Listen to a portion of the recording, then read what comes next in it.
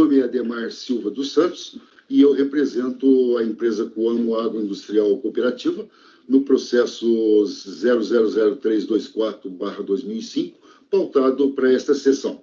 Como o tempo é escasso, vamos direto aos pontos. São 4 temas discutidos nesse recurso. O primeiro deles, a recorrente teve glosado créditos que ela havia calculados sobre produtos recebidos, bens para na coluna específica de bens para revenda, produtos recebidos de pessoas jurídicas associadas.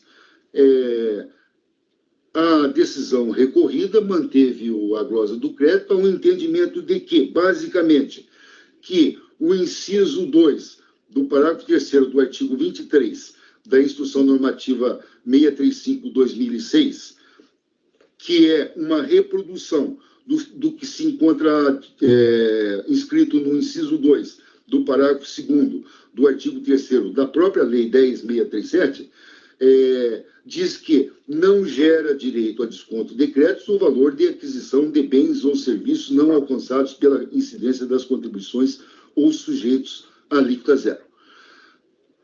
A invocação desse dispositivo da instrução normativa, e que também consta na lei, constitui-se a vir da empresa num equívoco da decisão, porque aqui ambos os dispositivos, tanto da Receita quanto da própria lei, fala claramente que não gera desconto de créditos o valor de aquisição. Aqui, tá, o que se tem é o contrário. O produto que a cooperativa recebe de seu associado pessoa jurídica é regularmente tributado na pessoa jurídica associada. E mais do que isso, senhores conselheiros, a cooperativa está, inclusive, obrigada a fazer o cálculo, a retenção e o recolhimento do tributo à Receita Federal do Brasil. Então, há um equívoco com relação a este ponto. A questão seguinte, senhores conselheiros, diz respeito a despesas de armazenagem e frete.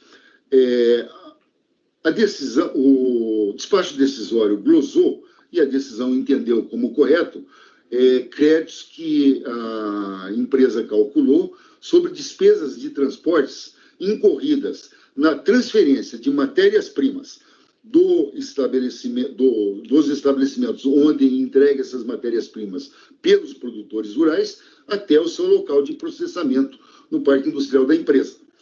E assim o fez porque a empresa lançou isso lá em 2004 na linha 7 da ficha 4 do DACOM. Tá?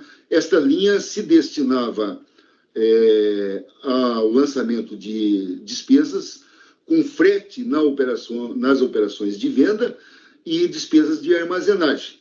E o entendimento que se consolidou a partir do recurso especial 1221/170 do Paraná, julgado pelo STJ, foi no sentido de que essa despesa tipifica insumo do processo produtivo.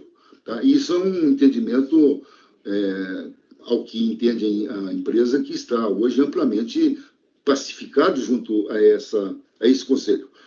Então, o entendimento da empresa é que não tem sentido algum, tá, afirmar-se hoje que, porque ela lançou lá 17 anos atrás, tá,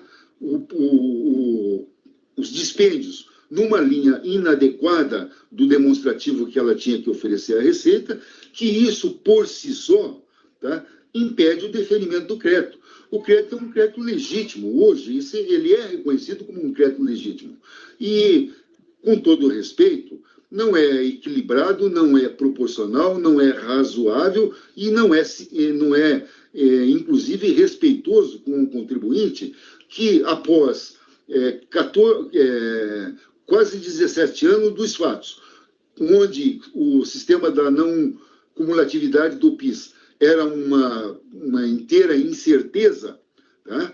E após 10 anos, mais de 10 anos de tempo de briga da empresa para ver o seu direito reconhecido, que se chegue hoje e diga, olha, o seu crédito realmente hoje se reconhece como legítimo, mas como a empresa lançou numa linha inadequada do DACOM lá em 2004, então isso por si só obsta o direito ao crédito. Isso, a ver da empresa, senhores conselheiros, viola o princípio da proporcionalidade, que é de cumprimento obrigatório pela administração pública, conforme Lei 9.784, em seu artigo 2º. A empresa espera, então, que os senhores revejam essa decisão neste ponto, porque ela além de tudo, ela é desrespeitosa para com o contribuinte. O terceiro ponto a que se refere o recurso, senhores, diz respeito a crédito presumido de atividades agroindustriais.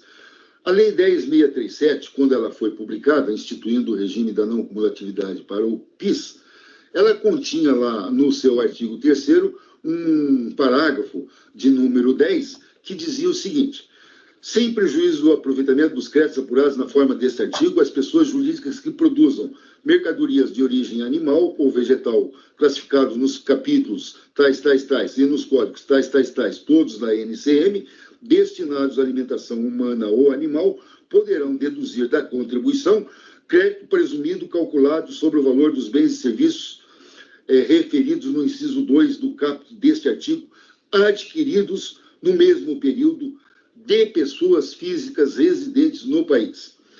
Esse dispositivo vigorou até 31 de julho de 2004, porque em 1º de agosto de 2004 começou a produzir efeitos a Lei 10.925, de 23 de julho de 2004, que fez uma ampla reformulação no sistema de tributação das contribuições no agronegócio. E o dispositivo, então, lá, o parágrafo 10, foi revogado. Mas ele ele foi reintroduzido no artigo 8º da Lei 10.928, com a mesma redação, apenas fazendo uma remissão específica às sociedades cooperativas. O artigo 8º diz o seguinte: as pessoas jurídicas, vírgula, inclusive cooperativas, vírgula, que produzam mercadorias de origem animal ou vegetal, tem direito ao crédito presumido. E por que aqui no artigo 8º da Lei 10.925 fez-se uma referência específica às cooperativas, e essa referência não existia no parágrafo 10 da Lei 10.637? Por uma razão extremamente simples. As cooperativas não estavam submetidas ao regime da não cumulatividade quando o sistema foi instituído pela lei. Elas estavam fora. A partir do momento em que elas foram colocadas também no regime da não cumulatividade, o que ocorreu pelo artigo 21 da Lei 10.865, de 30 de abril de 2004, o legislador, então, tomou cuidado de dizer: aquele crédito presumido das atividades agroindustriais, as cooperativas também fazem jus a ele. Acontece o seguinte: as cooperativas entrariam em vigor, entrariam no regime em 1º de agosto. Mas veio o artigo 4º da Lei 10.892 e diz o seguinte: as sociedades cooperativas de produção agropecuária e as de consumo poderão adotar antecipadamente o regime de incidência não cumulativa da contribuição para o PIS/PASEP e COFINS. Parágrafo único. A opção será exercida até o 10º dia do mês subsequente ao da data da publicação desta lei, de acordo com as normas e as condições estabelecidas pela Secretaria da Receita Federal, produzindo efeitos a partir de 1º de maio de 2004. A empresa recorrente fez essa opção e ingressou, portanto, antecipou o seu ingresso, portanto, para 1º de maio de 2004, ao invés de ingressar em 1º de agosto de 2004, como estava previsto na legislação. E, obviamente, ela fez também o crédito previsto no artigo 8º das atividades agroindustriais, produção de alimentos. Ela antecipou ingresso no sistema não cumulativo e fez aquele crédito. A Receita glosou esses créditos e a decisão recorrida manteve essa glosa ao entendimento de que os créditos só podiam ser aproveitados pela cooperativa a partir de 1º de agosto, que é quando entrou em vigor o artigo 8º. Não podia ser aproveitado antes dessa data, porque antes dessa data vigorava ainda o parágrafo 10 o parágrafo 10 do artigo 3º da Lei 10.637. O entendimento, com todo o respeito, não pode ser aceito. Por quê? Porque ela antecipou o seu ingresso de acordo com as normas a si aplicáveis. E essa antecipação foi feita por força de uma autorização legal contida no artigo 4º da Lei 10.892.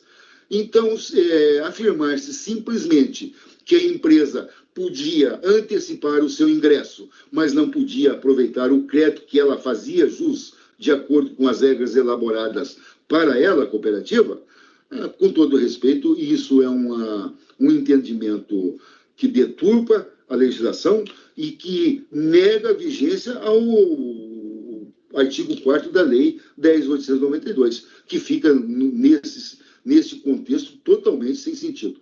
A empresa entende que tem, sim, direito a este crédito. Por fim, senhores conselheiros, a Receita glosou também uma expressiva parte dos créditos apurados pela empresa relativos ao estoque de abertura. Tá?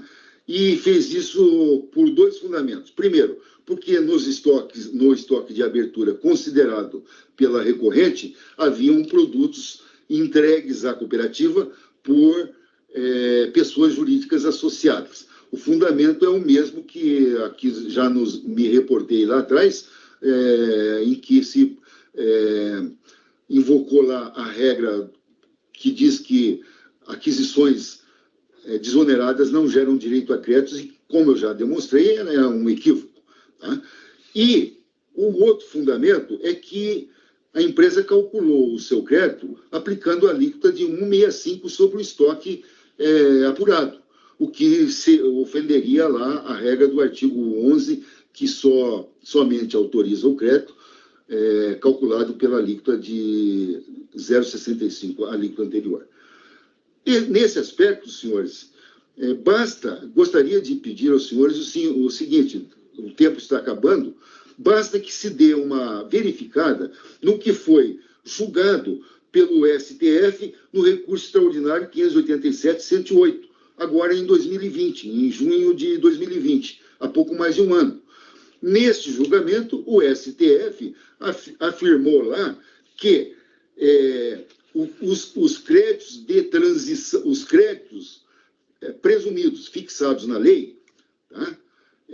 Para o momento de transição, eles eram absolutamente legais, não continham qualquer ofensa à Constituição, porque eles eram presumidos.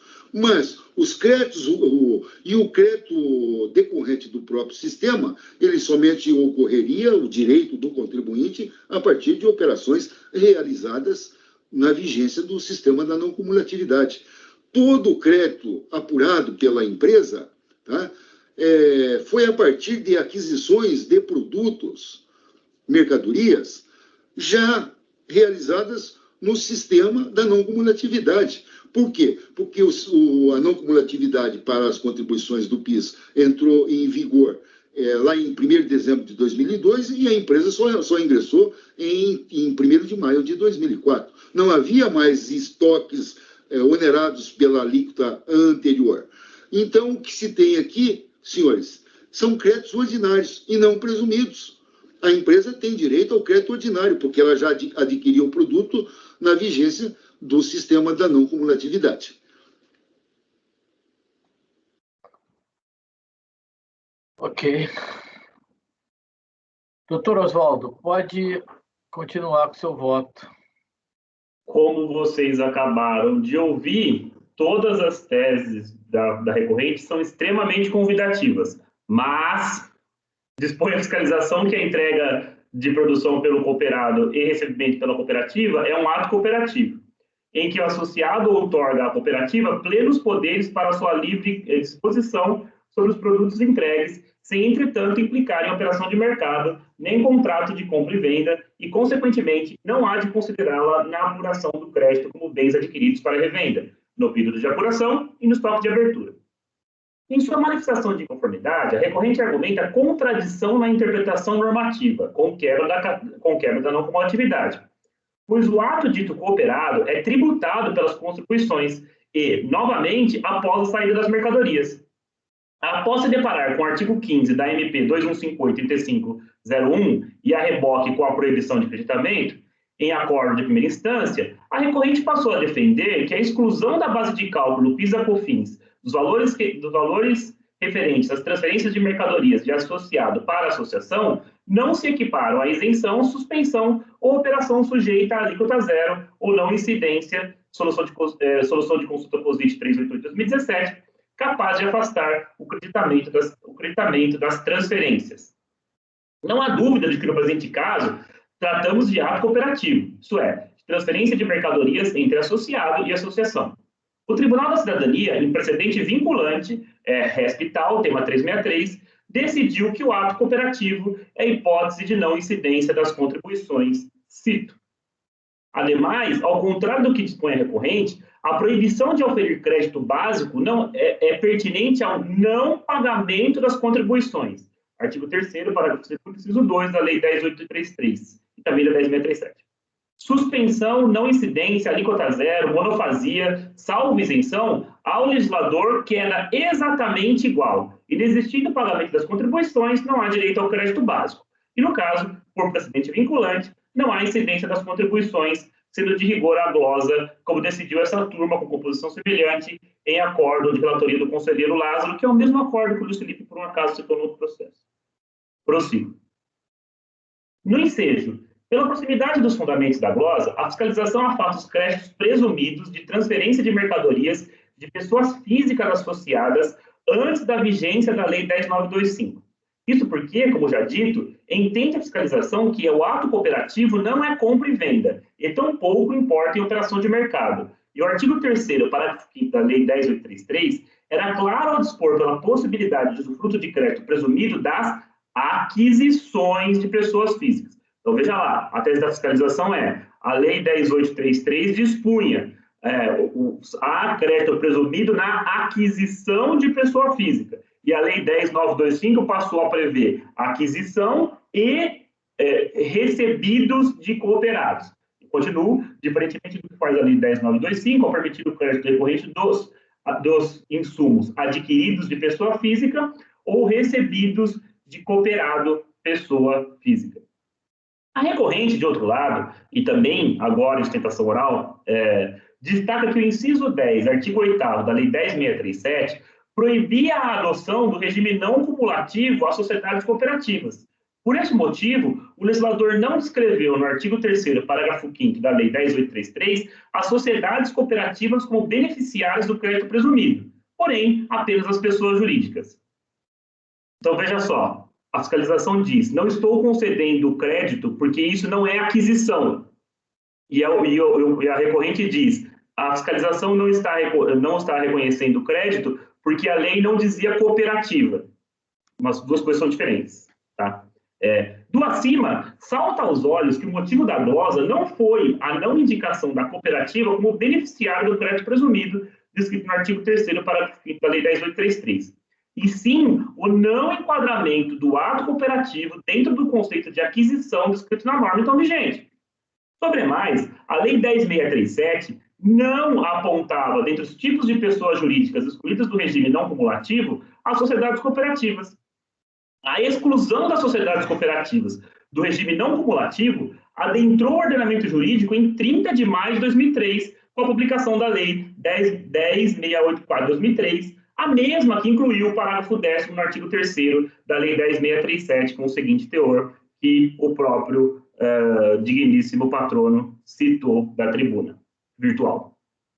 Resta claro, portanto, que não houve um lapso histórico do legislador, como quer fazer aquele recorrente. O legislador tinha plena ciência da situação específica da recorrente ao limitar o crédito presumido descrito no parágrafo 5º do artigo 3º da Lei 10.833 para as aquisições de pessoas físicas, hipótese ampliada pela Lei 10.925 para as mercadorias recebidas de cooperados, conforme já pronunciou essa casa em relatório, em acórdão dessa turma, mas não tinha ninguém aqui, acórdão de 2015.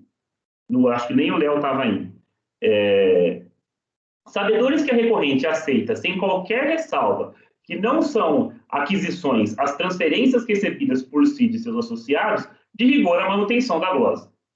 Prossigo. Por oportuno, sabedores que parte da glosa dos estoques de abertura compartilha o fundamento acima descrito, a fiscalização altera a alíquota dos créditos das contribuições no estoque de abertura de 0,65, ao contrário, tá? De 1,65 para 0,65 nos termos do artigo 11, parágrafo 1º da Lei 10.637 de 2002, cito. Em contraponto, a recorrente, só marcar aqui para não esquecer de alterar.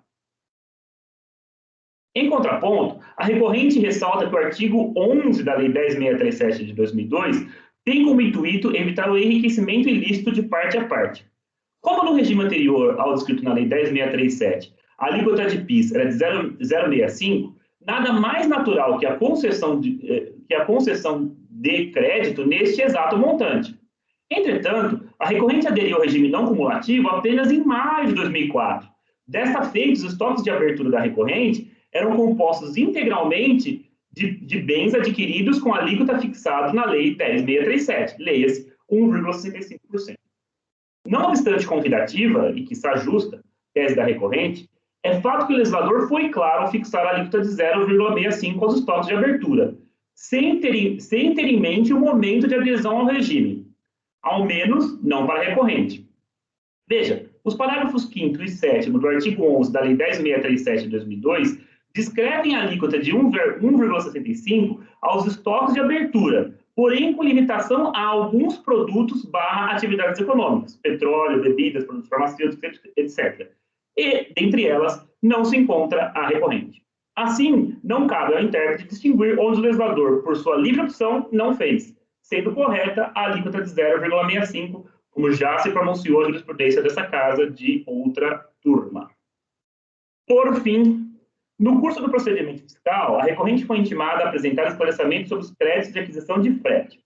Ao fazê-lo, a recorrente subdividiu os fretes em contas contábeis, apontando que a conta 3306000550 destina-se às despesas de fretes com deslocamento de mercadoria do produtor rural às unidades industriais. Entendida tal despesa como essencial ao processo produtivo da recorrente e, consequentemente, passivo de creditamento. A fiscalização glosou tais créditos, por entender que a única hipótese de gozo de crédito das contribuições é na aquisição de frete de venda. Em reforço, a DRJ destaca que o crédito foi registrado na linha do DACOM, destinada ao frete de venda. É fato que o erro em declaração fiscal deve ser demonstrado. Não menos verdadeiro é que não há dúvida sobre a natureza jurídica dos fretes contratados pela recorrente. Fisco e recorrente, com base em livros e demais documentos contábeis e fiscais, chegaram à conclusão de que os fretes declarados na conta contábil tal são de transferência de insumos do produtor rural para a unidade fabril. Frete este que, mensalmente, esta turma declara como passivo de creditamento por relevante ao processo produtivo. Pelo exposto, admito por conta tempestivo e conheço o recurso voluntário e aí lhe dou parcial provimento para afastar a glosa dos fretes inscritos na conta contábil, tal é como voto. Muito obrigado, conselheiro Oswaldo. O único questionamento que eu faço aqui é com relação a um esclarecimento. No caso aí dos insumos do produtor rural, ele registrou crédito presumido ou crédito integral? Ele registrou crédito integral, é aquela mesma, acho que o conselheiro Ronaldo ele tem um voto que tem que ser no mesmo montante do produto, né? Sim, ele registrou como crédito integral. Crédito integral. Bem, tem alguma discussão adicional? Conselheiro Oswaldo, Só para eu entender aqui, nesse caso aqui, o frete que você reconhece aqui já é na alíquota cheia, né? Certo? Tá, então, certo. Então, eu, com relação a todo o voto do conselheiro Oswaldo, eu estou plenamente de acordo, exceto com relação a essa questão do frete, que ainda não houve uma pacificação aqui na turma. Eu voto no sentido desse frete acompanhar o próprio creditamento do insumo. Como é um insumo adquirido de produtor rural, pessoa física, né? Então, ele faz jus ao crédito presumido. Então, vou abrir a divergência nesse ponto aí, mas já vamos para a votação, porque é matéria muito discutida já e todo mundo já se posicionou sobre isso. Como vota doutor Luiz Felipe? Vou acompanhar o relator. Como vota o doutor... Gustavo. Oswaldo já votou, né? É o Gustavo. Com o relator, presidente. Fernanda, Como conselheira. Conselheiro Leonardo. Com o relator, presidente. Então, por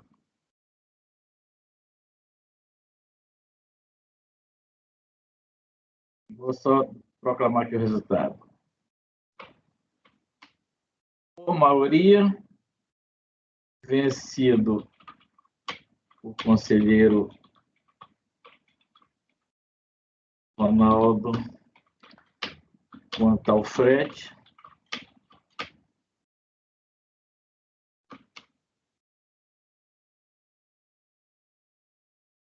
Decidiu a turma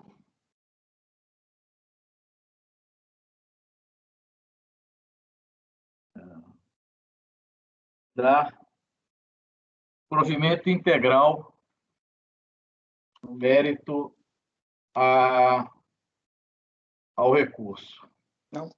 Presidente, parcial provimento para reverter a glosa dos fretes. Perfeito. Parcial provimento. Parcial provimento. Pode até colocar do jeito que está para afastar a glosa dos fretes. Está ok. Vou colocar do jeito que está aqui, só colocando que é por maioria, né? Obrigado.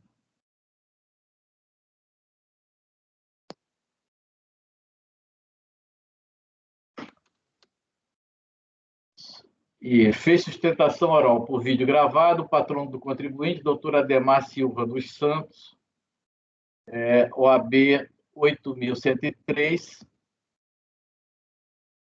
8.103, não está aqui o Estado. Do escritório Meia Silva, Paitac e Advogados Associados.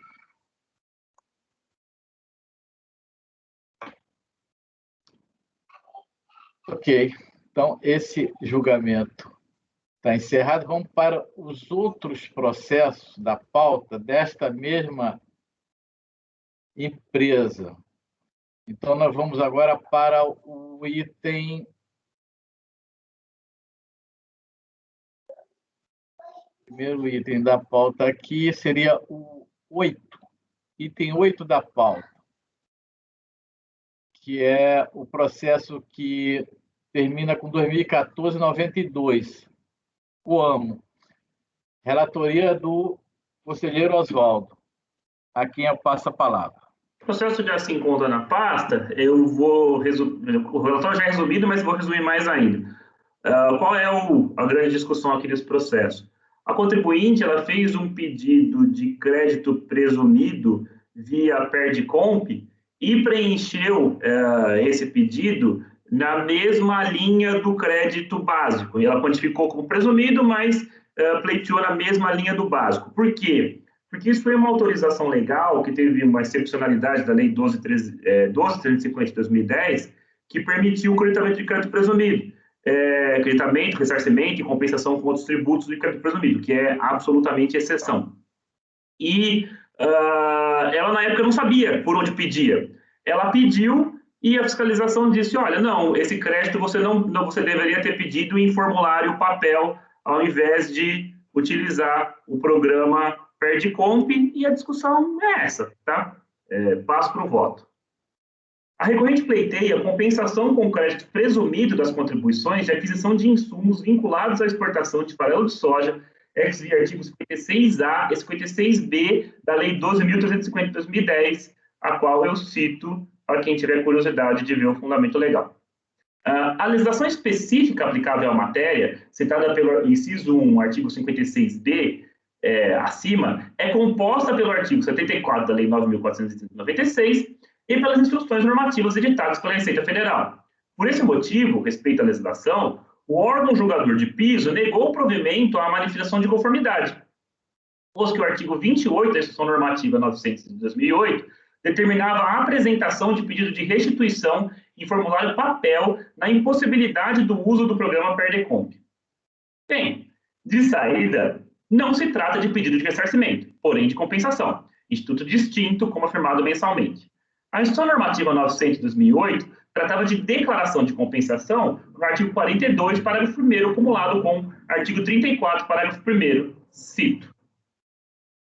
O artigo 42 é absolutamente claro ao limitar seu campo de incidência aos créditos das contribuições para o PIS, PASEP e da COFINS, apurados na forma do artigo 3º da Lei 10.637 e artigo 3º da Lei 10.833. Porém, aqui, a base legal dos créditos também é outra, o artigo 56A e artigo 56B da Lei 12.350 de 2010. Desta feita, a limitação no artigo 34, parágrafo 1º, é inaplicável. Em substituição, aplica-se a regra geral descrita no artigo 74, parágrafo 1º da Lei 9.430 de 96. Isto é, o pedido deve ser feito por meio de declaração de compensação pelo programa Perdecomp. O menu ajuda do programa Perdecomp é insuficiente para alterar os parâmetros legais, porque um dos argumentos que a fiscalização diz é, olha, o menu ajuda do Perdecomp, que estava funcionando nessa época, ele dispõe que esse tipo de crédito você tem que fazer em formulário papel. Para mim, tanto faz o que diz o menu ajuda. De qualquer forma, não há impossibilidade de apresentação da declaração pelo programa Perdecomp. Tanto há que assim foi feito. E mais, o software de análise do crédito do órgão da fiscalização analisou e deferiu o pedido no exato montante dos créditos básicos. Isto é, observou, segregou os créditos e deferiu o montante que entendeu razoável, demonstrando que, ao contrário do que afirma a DRJ, também não há impossibilidade de fiscalização dos créditos. Porém, aqui, não é hipótese de nulidade, mas é hipótese de que eu estou superando o obstáculo que a fiscalização colocou a análise de crédito, e não vou todo mês fazer o mesmo fundamento, vou passar direto, porque é tema que já está discutido. Tendo em vista a superação do obstáculo descrito pelo órgão julgador de piso, admite por conta tempestivo e com esse recurso voluntário, dando-lhe provimento para determinar a baixa dos autos para que a unidade de origem analisa, decida e, se o caso, quantifique os créditos de titularidade da recorrente. É como voto. Perfeito. Perfeito, doutor Oswaldo. Alguma discussão? Doutora Fernanda? Não, só para deixar claro que esse é aquele caso que eu entendo que deveria ser diligência, né? Se é caso de nulidade, provimento parcial para devolver, ou então diligência, porque eu acho que não pode ter dois acórdãos vigentes da nossa turma no mesmo processo. Então, vou abrir divergência. Que aí, no caso, a divergência no sentido de propor diligência, para que, enfim, eu concordo no mérito, mas não com a forma. Então, para mim, tem que ser por meio de diligência e não por meio de provimento. Porque o recurso do contribuinte é pelo crédito e não pela análise do crédito, né? No fim das contas. Mais alguma discussão? Bem, então, acordo os membros da turma. Tem que tomar os votos, presidente. Sim. Já sabemos mais ou menos, Bom, doutor Luiz Felipe. Vou acompanhar, relator. Doutor Gustavo. Com o relator, presidente. Doutora Fernanda, divergência. Doutor Leonardo. Com o relator, presidente.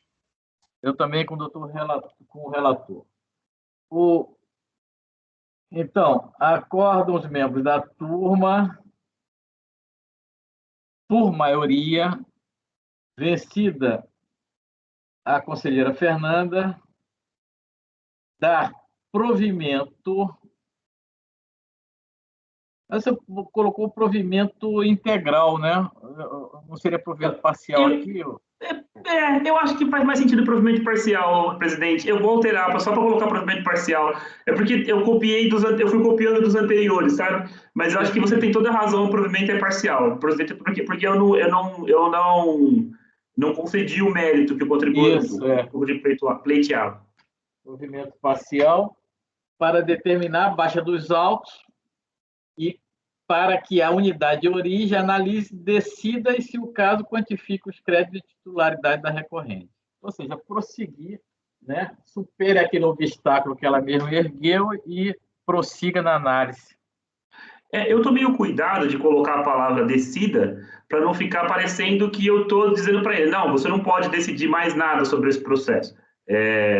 Porque às vezes pode parecer que a gente analise e quantifique, quer dizer, só analise e quantifique aí, só dá o crédito para o cara. E não é isso que eu quero que ele faça, eu quero que ele supere o obstáculo e julgue o processo. Perfeito. Conselheiro Oswaldo, demais membros aqui, só uma informação, eu estou sem acesso, nesse instante, ou melhor, desde o começo da relatoria, a pasta T. Então, eu já não me recordo em que termos foi redigida a proposição de voto do conselheiro Oswaldo. Mas uma coisa que me veio à cabeça aqui, até na linha da divergência levantada pela conselheira Fernanda, é o seguinte: eu não vejo nenhum impedimento, né, processual para que haja 2 despachos decisórios, 2 acórdãos e por aí vai no processo administrativo.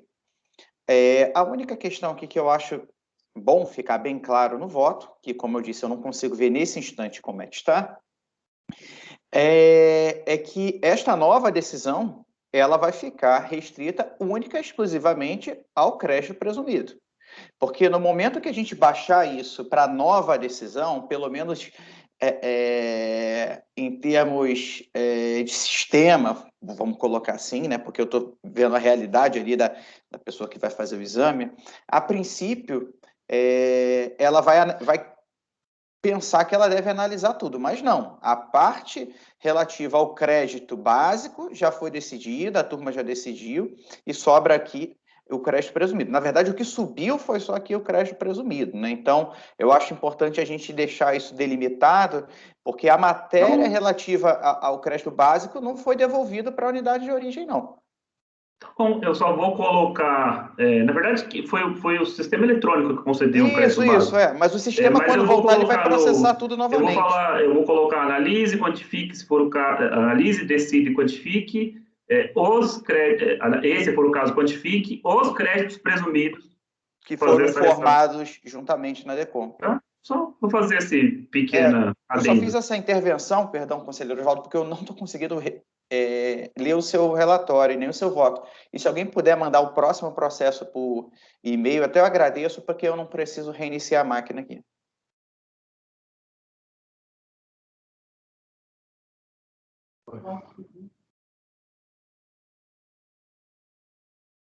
Então, tá ok.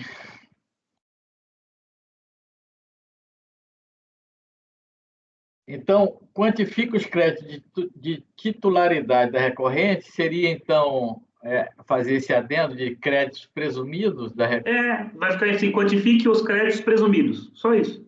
Perfeito. É a única alteração. Perfeito.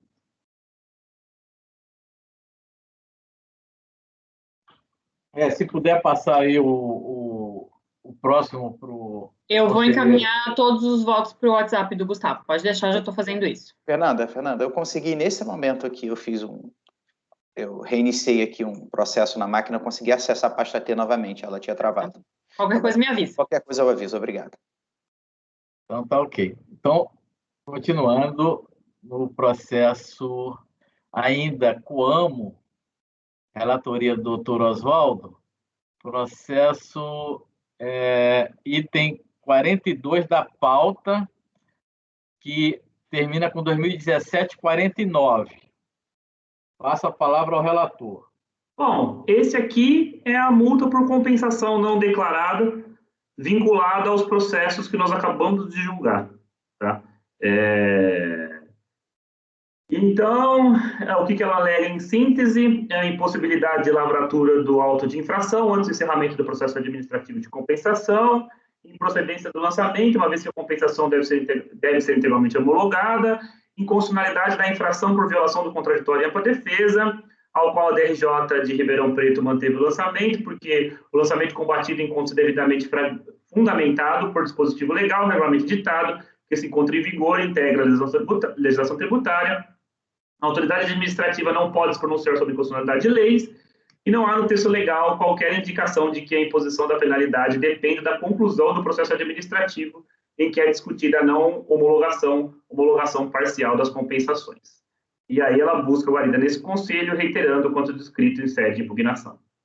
No curso dessa mesma sessão, esta turma, em acordo de minha relatoria, decidiu pela devolução dos autos para a unidade de origem, manifestar-se, imaginou se não tivesse decidido, manifestar-se acerca da liquidez e certeza dos créditos da recorrente, vez que superada a tese da impossibilidade de compensação de créditos presumidos por meio de perde-comp. E assim sendo, o presente processo deve aguardar o desfecho do PAF e tal, vez que vinculados, isto é, em reduzida a glosa, o valor em discussão desse processo, os valores em discussão desse processo serão impactados. E daí fica dito que, sem prejuízo da duvidosa constitucionalidade, reconhecida pelo ministro Fachin no RE tal, tema 736 de repercussão geral, mas impossível de ser reconhecida em sede administrativa, súmula 2 CART, o legislador optou pelo lançamento de ofício antes do encerramento do processo administrativo de crédito. Tanto é que dispõe pela suspensão da exigibilidade enquanto perdurar o processo de compensação, e só há exigibilidade de crédito a ser suspensa após o lançamento. Pelo exposto, voto pelo sobrestamento do presente feito até o julgamento da decisão que reconheça integralmente o crédito tal ou decisão de delegacia de julgamento que não reconheça integralmente, eu vou para barra parcialmente, né? Porque pode ser que reconheça parcialmente. Integralmente ou parcialmente o crédito tributário no processo tal ou decisão de delegacia de julgamento que não reconheça integralmente barra parcialmente o crédito tributário no mesmo processo, como voto. Basicamente, votando pelo sobrestamento feito, tá? Porque enquanto não tiver um outro processo que tem o crédito, a gente não pode dizer nada sobre isso. Certo. Então, tem alguma... Não tem ninguém inscrito? Eu vou só sugerir, então, doutor Oswaldo, assim, para simplificar esse texto do voto. Tá. Né? Acordam os membros do colegiado por unanimidade de votos determinar o sobrestamento do presente feito até... Resolvem, né? Isso tem que ser uma resolução. Aqui é uma resolução, uma resolução. Então, resolvem pelo sobrestamento do feito até o retorno e julgamento do processo. Aí a gente cita o número do processo aí. Minha única preocupação é que a unidade de origem ou a DRJ já reconheça.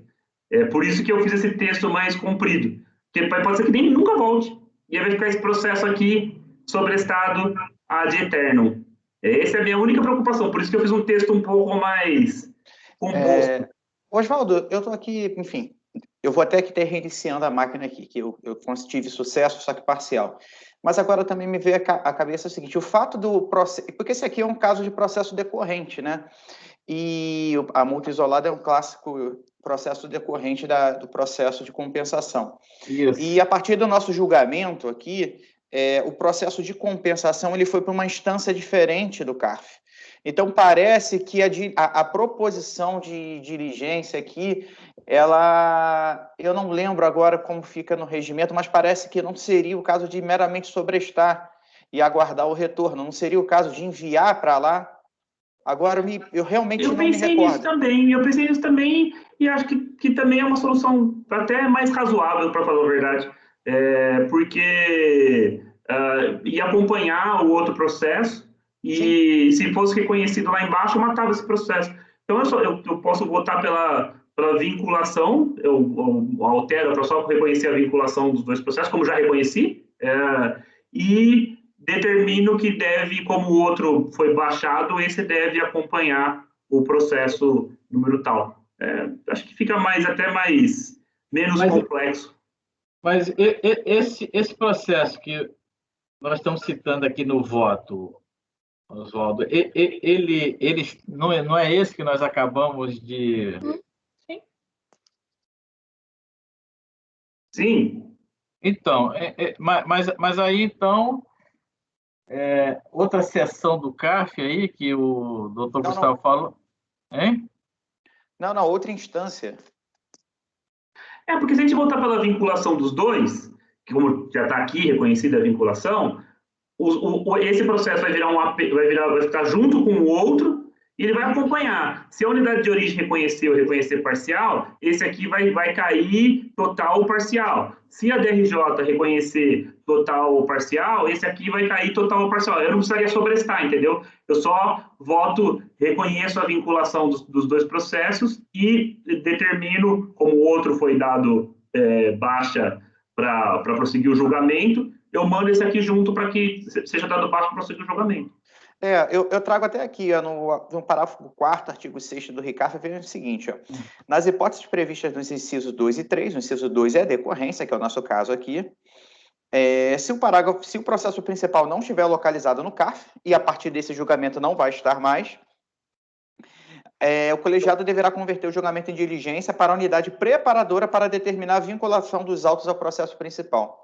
Uhum. E aí eu acho que fica melhor que os processos vão continuar em conjunto aqui.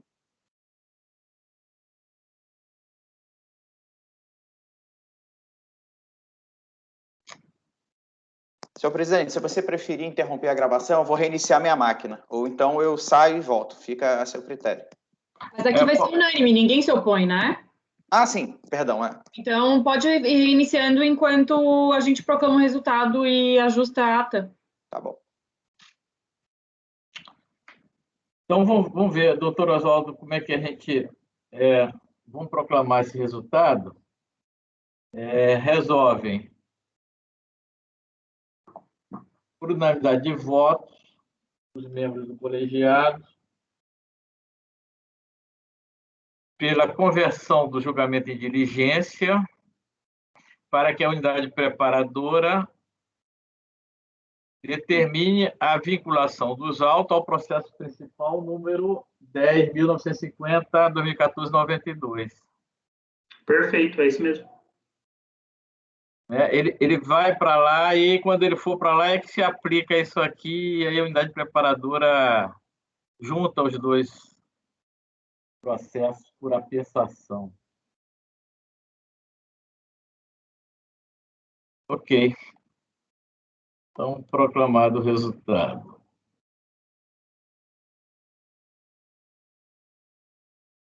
Espera aqui, enquanto eu dou uma ajeitada aqui no resultado, a gente aguarda o Gustavo.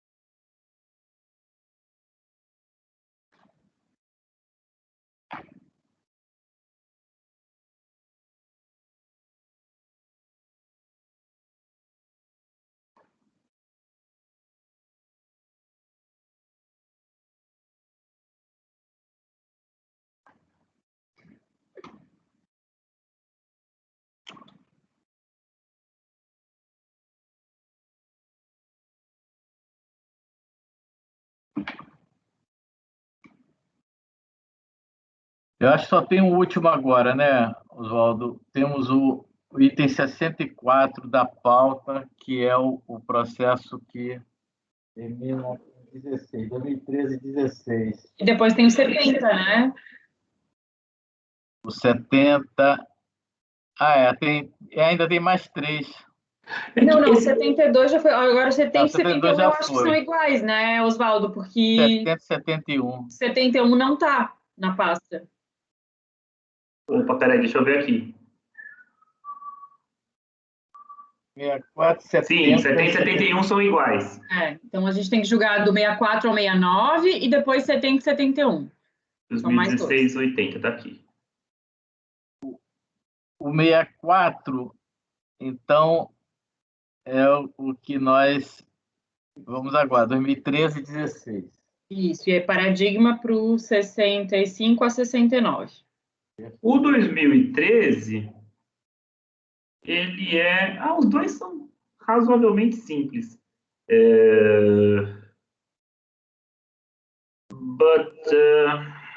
Bom, não sei, vamos ver. Eu não sei que horas também que a menina tem que sair, que tem sempre esse negócio de horário e tal. Com certeza, o 2003 a gente consegue votar, antes do meio-dia. O outro, não sei.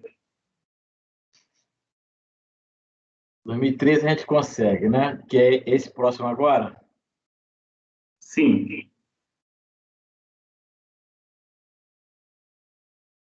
É o item 64.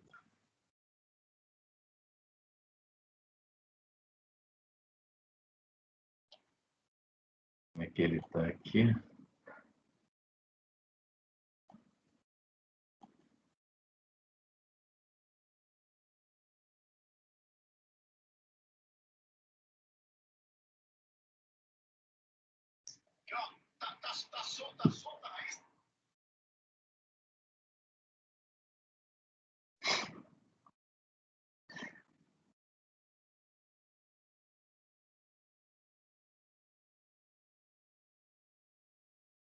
Eu estou vendo que esse 2013, a solução é parecida com aquele anterior, não é, Oswaldo? Aquele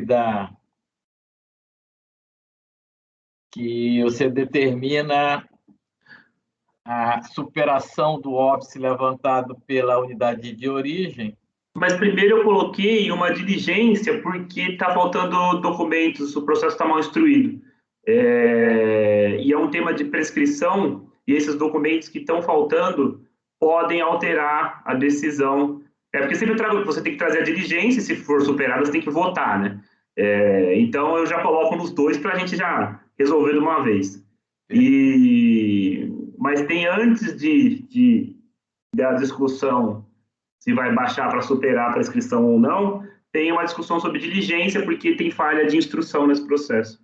Perfeito, perfeito. Então...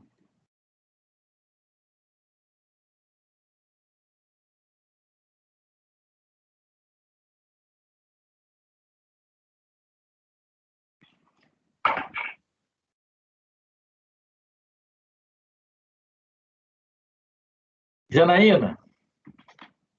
Sim, presidente. É o seu horário de almoço 12 horas, né? Não, presidente, eu fico até o término da sessão, independente do horário. Tá, então nós vamos direto até às 6 horas. Meu Deus do céu. Brincadeira, Janaína. Nós vamos interromper para o almoço, tá? Ok, presidente.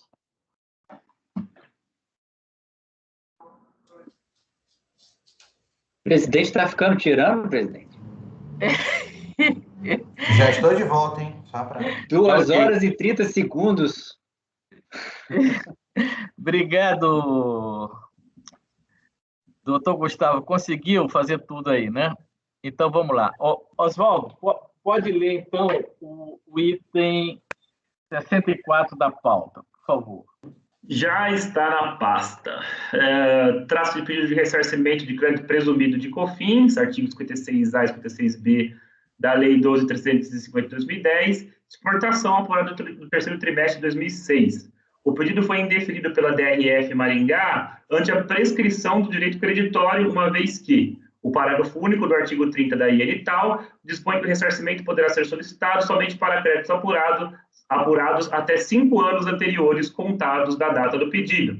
E a recorrente pleiteia créditos apurados em 2006 através de pedido de ressarcimento protocolado em 2013. Em sua manifestação de conformidade, a recorrente destaca que o dia exato do prazo prescricional do seu pedido de compensação é 1º de janeiro de 2011, data em que se tornou possível o ressarcimento e a compensação de crédito presumido das contribuições com débitos de outros tributos.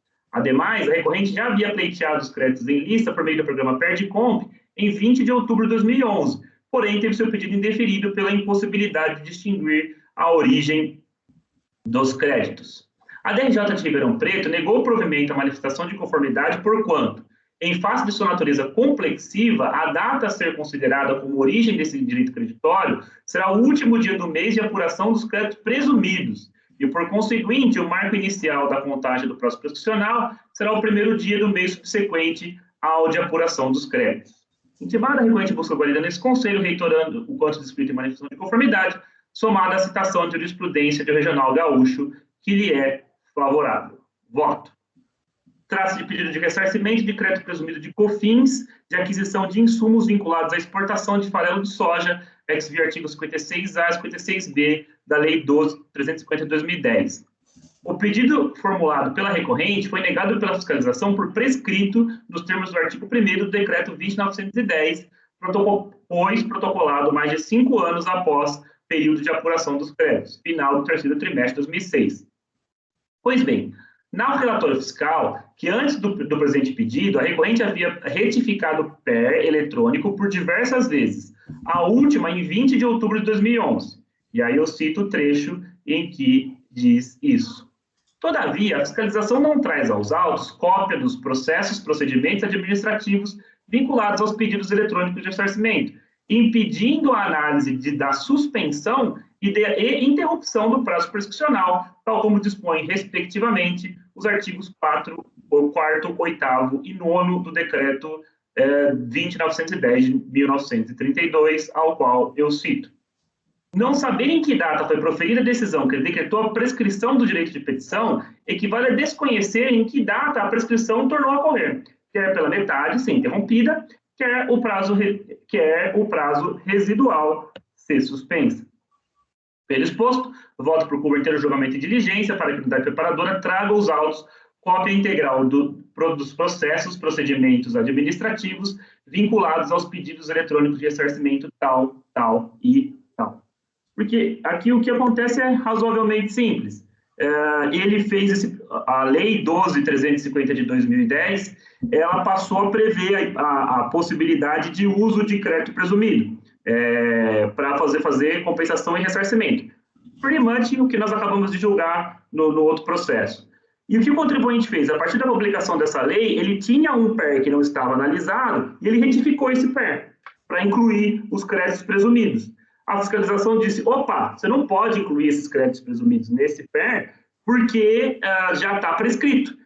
Embora a lei permita a você utilizar esses créditos como compensação ou ressarcimento, prescreveu, porque o período de apuração foi lá em 2006, você está pedindo em 2011.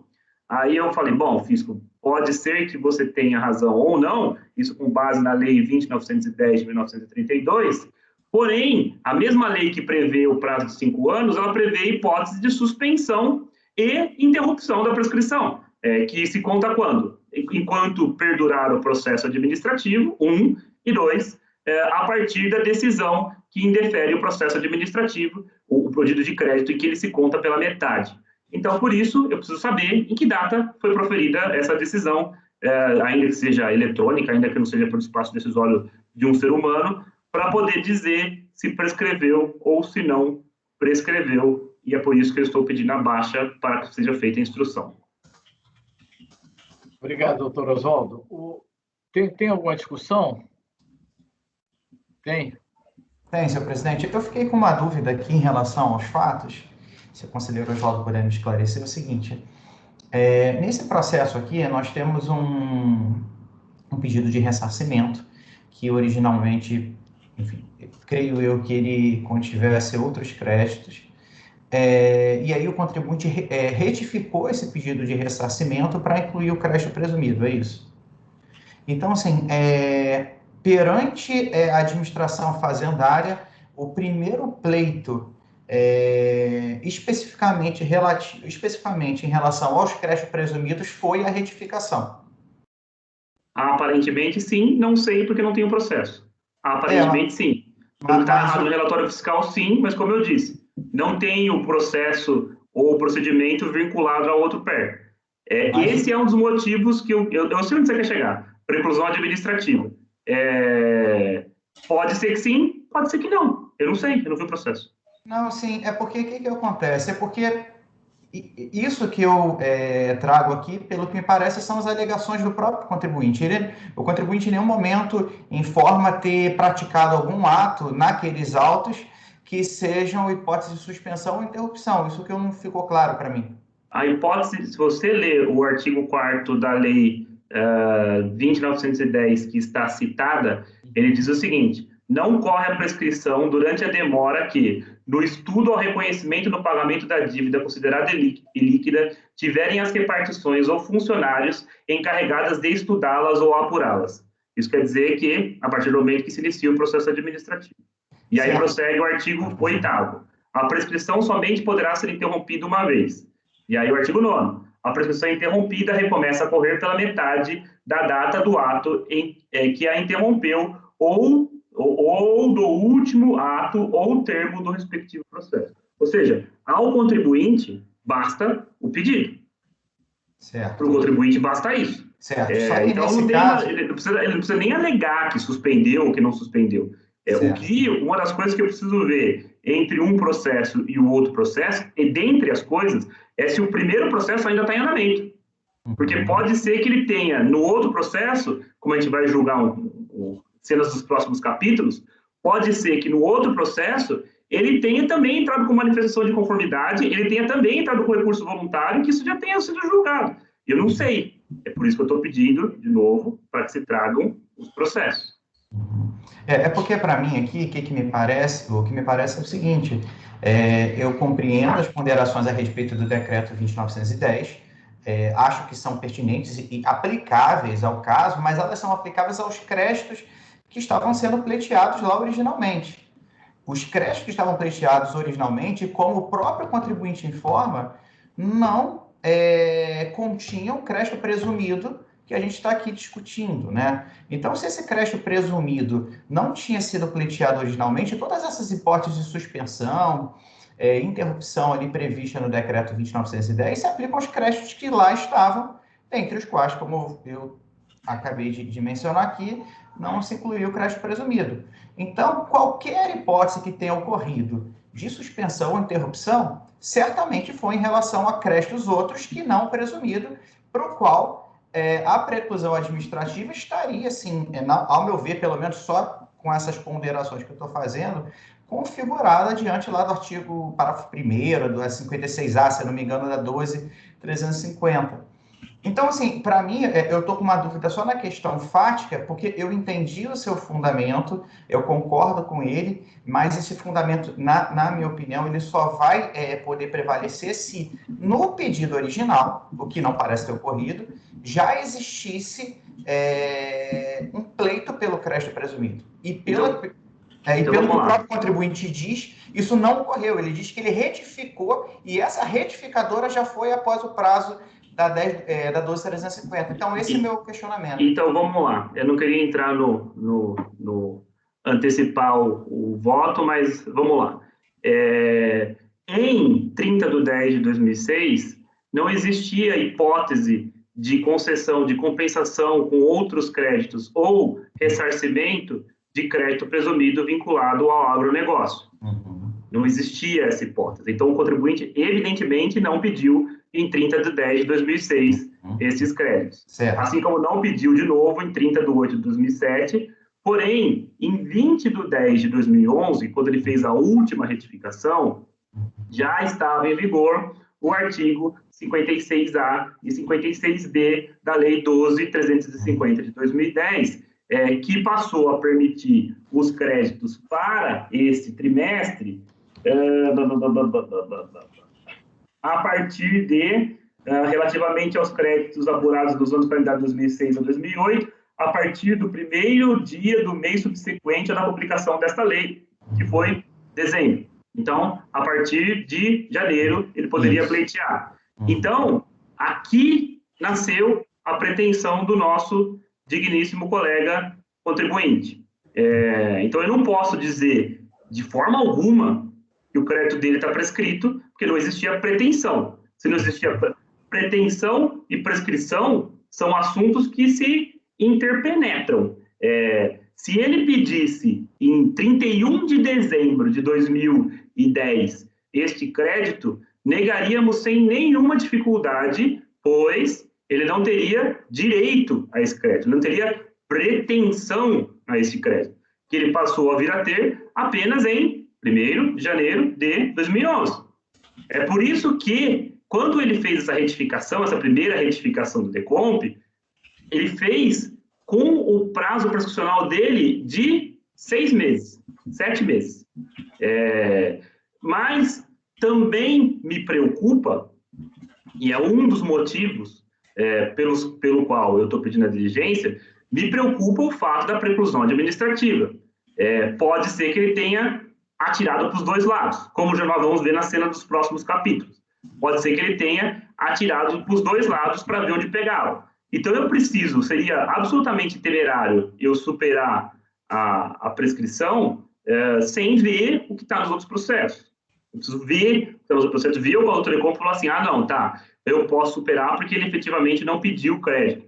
Ou eu posso superar... E a gente não pode esquecer que a preclusão administrativa nasce entre 2 processos administrativos. Você precisa ter o processo administrativo A e você precisa ter o processo administrativo B.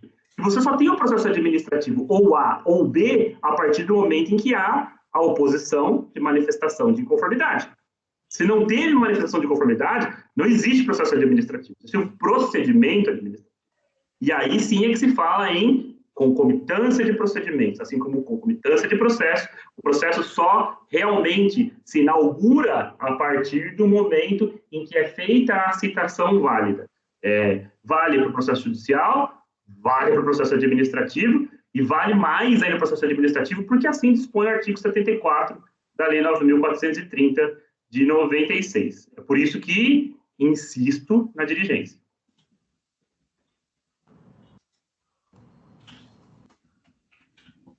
Ok. Doutor Gustavo.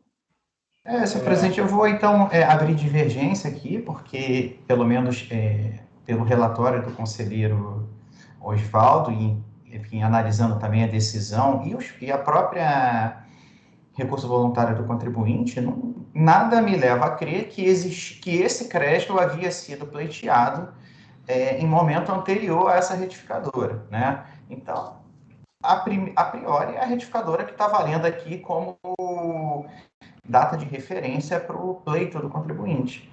E aí, para mim, bem, aqui a gente supera essa questão, né, dentro do meu entendimento, e aí a gente tem que saber como é que a gente vai aplicar aqui o prazo prescricional da 56A, pelo menos para mim, dentro dessa minha visão. E dentro da minha visão, eu creio que, como o 56A ele abre a possibilidade de ressarcimento de crédito presumidos de forma retroativa, não entendo também que o prazo prescricional, como entende a recorrente, vai começar a correr a partir do dia 1º de janeiro de 2011.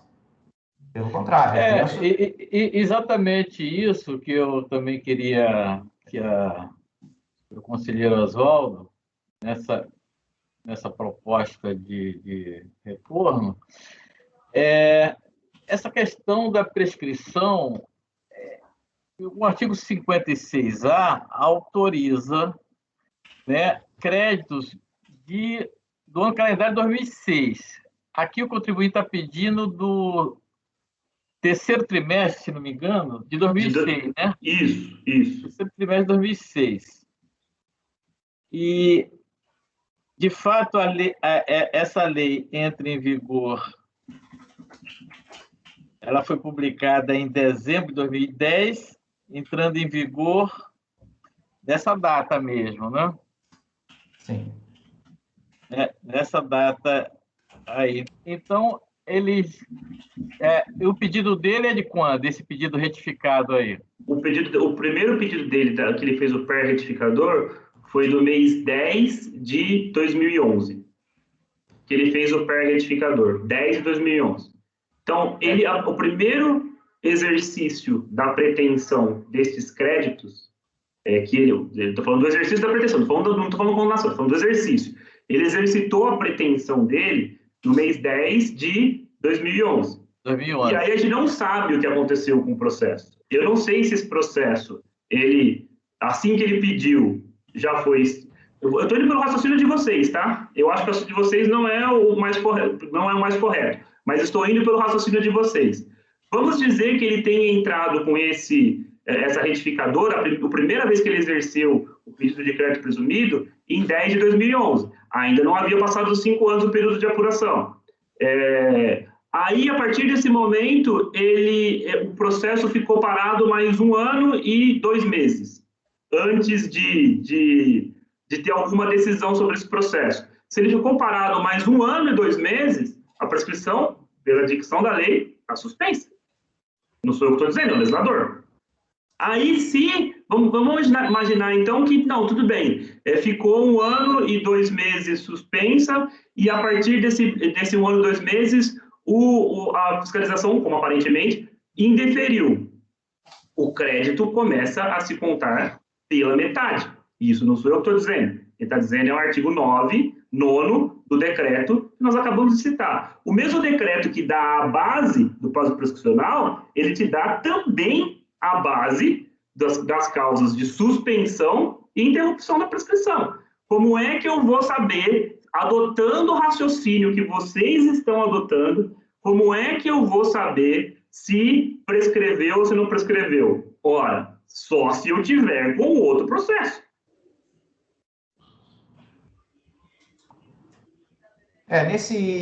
Nessas suas considerações, conselheiro, penso o seguinte, que como o momento inicial, vamos lá, como você falou, o momento inicial do exercício da pretensão dele foi em 20 de outubro de 2011, e o período de apuração aqui, ele é o 3º trimestre de 2006, eu acho que já preclusão administrativa no dia 30 de setembro de 2011.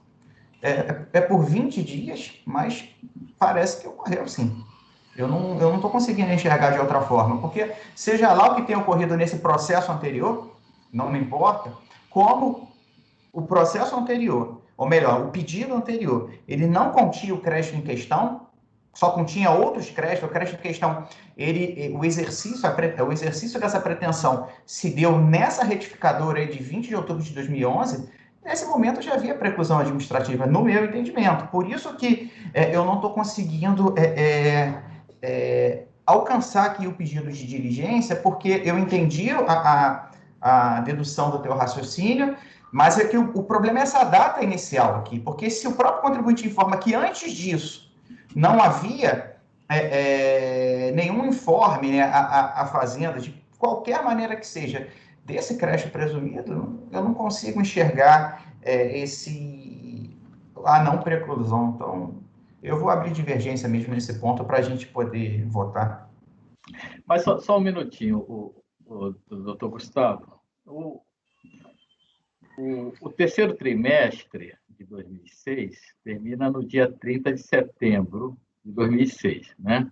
5 anos, então, daria no dia 30 de setembro de 2006. Mas não tem um período de... Eu não sei se é exatamente no dia 30 de setembro, porque essa apuração aí, a entrega do DACOM, ele tem um prazo para isso, né? Essa tese foi aprovada pela DRJ. Eu estou tentando abrir o processo, que foi exato. O presidente está fazendo um raciocínio exatamente o qual a DRJ fez, exatamente o mesmo raciocínio. Parece que tem um prazo aí que não seria exatamente do dia 30, porque como é que você vai saber se tem um crédito, se o seu trimestre termina no dia 30? Você vai ter um prazo aí para apurar e declarar, né, esse crédito. Seria razoável, né, talvez a gente tenha que ver aí a legislação para ver, que ele tenha um prazo, uma vacância, vamos dizer assim, para poder pedir, começar a contar o prazo. Então, como está muito apertado aí, dia 20 de outubro, que ele entrou com a retificadora, foi o dia 20 de outubro? 20 do então, 10. 20 do 10. Quer dizer, está muito em cima. Que a gente teria que ver se também não satisfaz isso, né? Porque realmente esse contribuinte ele teria um direito, como a lei retroage, ele teria um direito aí todo ano até de 2011 para poder pedir esse crédito de 2006. Mas ficou apertado aí porque esse trimestre termina no dia 30 e provavelmente ele tem um prazo para entregar da DACOM aí. Eu não sei quando seria. É interessante. Vamos dar uma olhadinha, então, o doutor Oswaldo. Esse raciocínio que a DRJ faz, ela deve citar aí o prazo que ele tinha para poder entregar esse DACOM. Eu dei uma olhada aqui e eu me equivoquei. O que a DRJ, o raciocínio que a DRJ faz é igual ao que o conselheiro Gustavo faz. Olha, 30 de setembro, salvo engano, acho que é dia 15, mas eu precisaria parar e consultar. Precisaria parar e pensar, porque realmente eu não estava preparado para ter a data de apresentação de uma declaração que nem existe mais. Mas a gente pode parar e olhar, e acho também que ela deve ter sido considerada no outro processo também. Não sei se de repente considerou o Gustavo. Que para mim é meio que indiferente, né? Faz sentido que o conselheiro Ronaldo está falando, mas não faz parte da composição do meu raciocínio.